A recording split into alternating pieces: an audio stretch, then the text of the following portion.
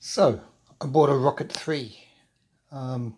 The ignition key didn't fit into the fuel cap, so I tried going online to figure out how to get it off.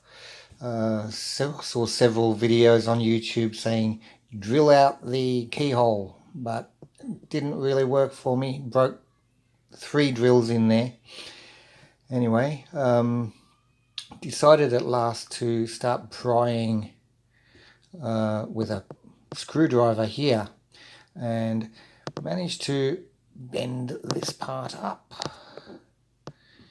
which, if you have a look, gives you direct access to the one retaining bolt that you need to get off in order to remove the whole thing. So I unscrewed that bolt, Allen bolt, and the rest of them, of course, tilted it back and it just popped out.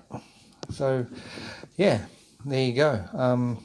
Don't waste hours with a drill if you've got a fuel cap you can't get off.